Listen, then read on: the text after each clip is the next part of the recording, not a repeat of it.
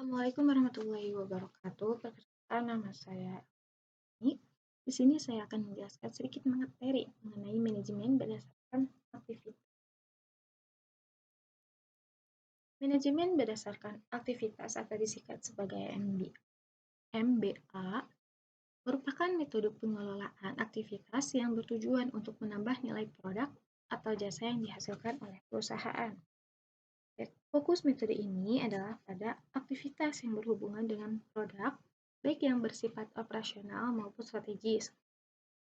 Manajemen berdasarkan aktivitas ini sangat dibutuhkan oleh perusahaan dalam mengantisipasi teknik-teknik manajemen kontemporer, seperti manajemen mutu total, perbaikan berkelanjutan, rekayasaan, rekayasaan ulang, teori kendala, dan just in time.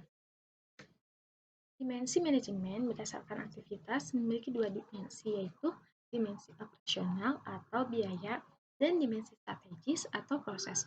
Kegiatan pada dimensi operasional yang berhubungan dengan manajemen berdasarkan aktivitas yaitu pertama, mendefinisikan aktivitas,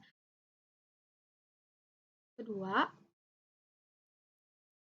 membebankan, ketiga, menghitung tarif aktivitas, keempat, membebankan biaya ke objek biaya menggunakan tarif aktivitas dan ukuran aktivitas, dan terakhir, menyiapkan laporan manajemen. Sedangkan kegiatan pada dimensi strategis atau proses, yaitu menganalisis pemicu biaya, mengidentifikasi aktivitas, dan menganalisis kinerja. Keterkaitan kedua dimensi. Pada dimensi operasional, dikaji apa saja yang menjadi sumber-sumber terjadinya biaya atau pemicu-pemicu biaya dalam perusahaan. Kemudian pemicu ini diwujudkan dalam aktivitas-aktivitas yang akan dilakukan untuk merealisasi biaya yang akan terjadi. Dalam dimensi strategis, dikaji apa saja pemicu biaya.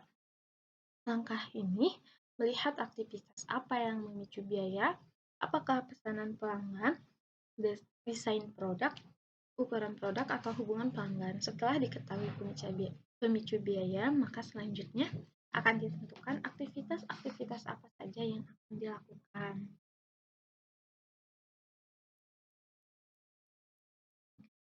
Keterkaitan manajemen berdasarkan aktivitas dengan biaya berdasarkan aktivitas merupakan suatu teknik untuk memahami biaya atau membatasi biaya dalam produk yang dihasilkan oleh perusahaan.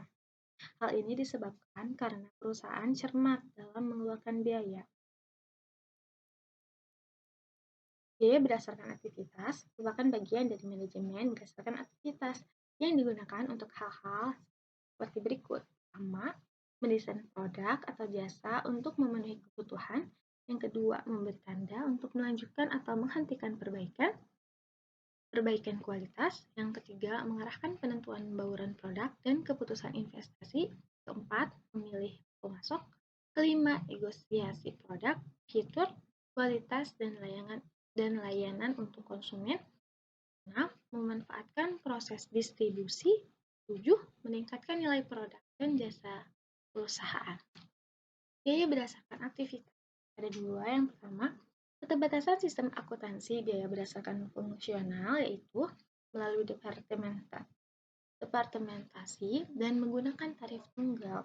Menghitung biaya dengan tarif tunggal hampir dapat dikatakan menghitung secara rata-rata, sehingga dapat menghasilkan biaya produk yang terdistorsi atau tidak akurat.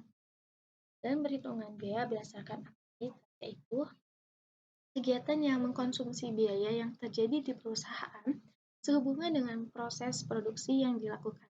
Terdapat dua jenis ukuran aktivitas. Yang pertama yaitu ada penggerak transaksi atau transaction driver, yaitu jumlah transaksi yang terjadi dalam suatu aktivitas. Yang kedua, penggerak durasi atau duration driver adalah pengukuran waktu yang diperlukan dan digunakan untuk melakukan suatu aktivitas.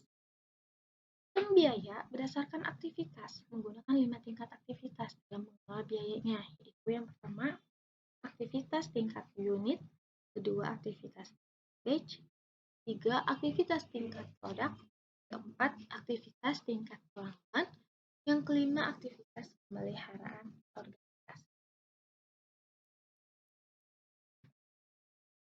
Sedangkan tahapan penerapan biaya berdasarkan aktivitas untuk dapat menerapkan BBA diperlukan sebagai berikut. Yang pertama, ada mengidentifikasikan aktivitas, pool biaya aktivitas, dan pengukuran aktivitas. Kedua, membebankan biaya overhead ke pool biaya aktivitas. Ketiga, menghitung tarif aktivitas. Keempat, biaya overhead ke objek biaya dengan menggunakan tarif aktivitas dan ukuran aktivitas. Kelima, menyiapkan laporan manajemen. Selanjutnya, di sini ada analisis nilai proses. Apa sih analisis nilai proses itu? Yaitu hal mendasar dalam manajemen berdasarkan aktivitas. Analisis ini proses berfokus pada pengurangan biaya, bukan pada pembebanan biaya, dan memastikan kinerja semua sistem. Manajemen berdasarkan aktivitas adalah pendekatan sistem yang terintegrasi yang memfokuskan perhatian manajemen pada aktivitas-aktivitas dengan tujuan meningkatkan nilai pelanggan dan laba yang diperoleh dengan memberikan nilai tersebut. Analisis ini dilakukan dengan menganalisis 3 unsur. Yang pertama ada analisis pemicu aktivitas, kedua analisis aktivitas, ketiga pengukuran kinerja. Analisis pemicu aktivitas yaitu awal pangkal timbulnya biaya. Mengelola aktivitas membutuhkan pemahaman mengenai apa saja yang menjadi penyebab biaya aktivitas. Salah satu cara untuk memastikan aktivitas yang terjadi berhubungan dengan produk adalah harus ada input dan output. Yang kedua, analisis aktivitas, yaitu suatu proses mengidentifikasi, menguraikan, dan mengevaluasi aktivitas-aktivitas yang ada dalam perusahaan. Aktivitas-aktivitas yang dianalisis itu ada aktivitas-aktivitas yang apa saja yang dilakukan, berapa jumlah orang yang melakukan aktivitas, berapa jumlah waktu dan sumber daya yang diperlukan untuk melaksanakan aktivitas tersebut, dan penafsiran nilai dari aktivitas ke perusahaan. Terakhir ada pengukuran kinerja. Dilakukan untuk mengetahui seberapa baik sebuah aktivitas telah berjalan melalui efisiensinya, waktu yang dikonsumsinya, dan kualitas produk yang dihasilkan. Pengukuran kinerja dapat dilakukan dengan 3 alat ukur. Yang pertama, ada efisiensi, yaitu alat ukur yang melihat pada hubungan antara input dan output. Dan kedua, waktu, yaitu waktu yang diperlukan untuk melakukan suatu kegiatan. Yang ketiga, terakhir yaitu ada kualitas.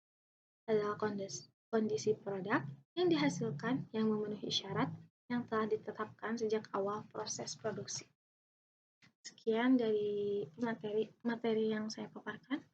Kurang lebihnya mohon dimaafkan. Wassalamualaikum warahmatullahi wabarakatuh.